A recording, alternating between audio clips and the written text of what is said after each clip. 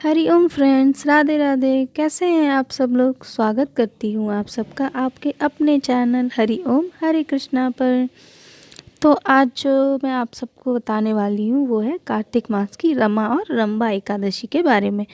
तो जैसा कि आप जानते हैं हमारा कार्तिक मास स्टार्ट हो गया है और कार्तिक मास एक ऐसा पुण्यमयी मास है। इस मास में आप जो भी करेंगे उसका फल, जो भी अच्छा काम करेंगे उसका फल आपको 10 गुना होकर मीन्स करोड़ों गुना होकर मिलेगा।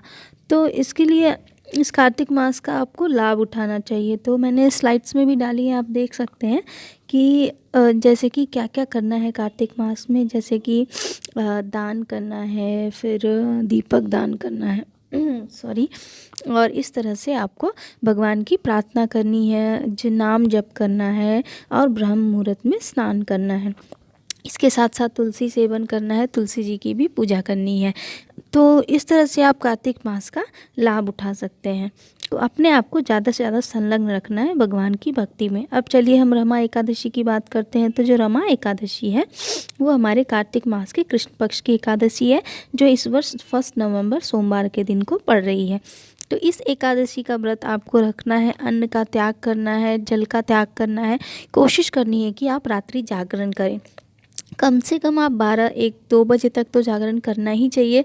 और उस जागरण में आप भगवान की भक्ति करें, दामोदर अष्टकम का पाठ करें और अपने भगवान को रिझाएं। इस कार्तिक मास में ऐसा कहा जाता है कि जो करोड़ों करोड़ों गोदान से तीर्थ स्थल जाने से लाभ मिलता है, वही लाभ जब हम कार्तिक मास में एकादशी का जागरण करते हैं और भगवान श्री कृष्ण को, भगवान विष्णु को तुलसी दल समर्पित करते हैं, तुलसी के पुष्प अर्थात मंजरी समर्पित करते हैं, तो उससे भी हमें वही लाभ मिलता है। तो इस पूरे कार्तिक मास में भगवान श्री विष्णु, भगवान श्री कृष्ण को तुलसी दल समर्पित करना ना भूलें। अब चलिए हम लोग बात करते हैं कार्तिक मास के इस कहानी की, अर्थात इस रमा एकादशी के व्रत कथा की।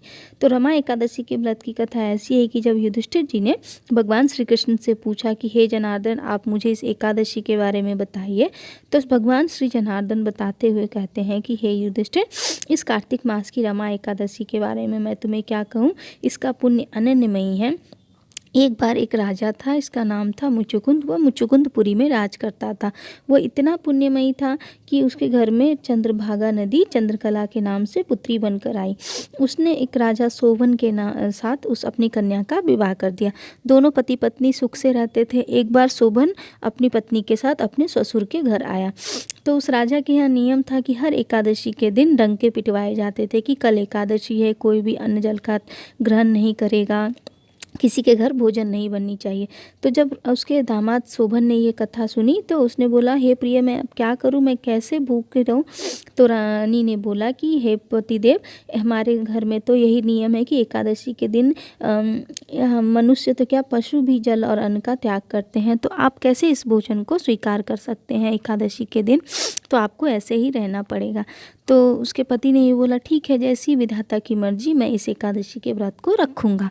तो इस तरह से जब राजा शोभन ने उस व्रत को रखा, व्रत को रखते रखते दिन भर तो भी वो किसी तरह से रह रहा था। और रात्रि जागरण, जो कि वैष्णवों के लिए हर्ष का विषय है, एकादशी जागरण, जब उस एकादशी का जागरण का रात्रि का पुण्यमय समय आया, तभी राजा शोभन जो उसको व्रत करते करते उसके प्राणांत हो गए, उसके मीन्स द्वादशी के सुबह तक।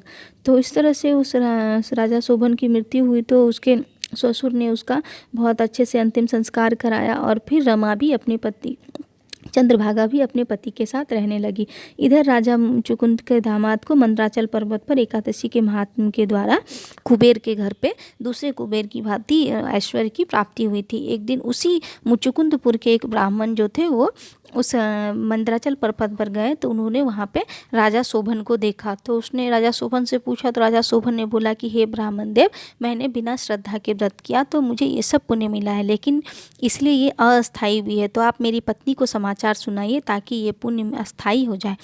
तो राजा मुचुकुंद के नगर में सोम शर्मा ब्राह्मण देव गए। उन्होंने जाकर चंद्रभागा को सारी कहानी सुनाई। तो चंद्रभागा अपने पति के पास दर्शन करने आई और उन्होंने अपने शरीर को शांत करके आत्मस्वरूप होकर अपने पति के पास गई और उन्होंने बोला कि हे पतिदेव, मैं बचपन से एकादशी का व्रत करती हुई आई हूँ और ये सारा पुण्य मैं आपको देती हूँ ताकि ये सब कुछ स्थिर हो जाए और आपको मिले।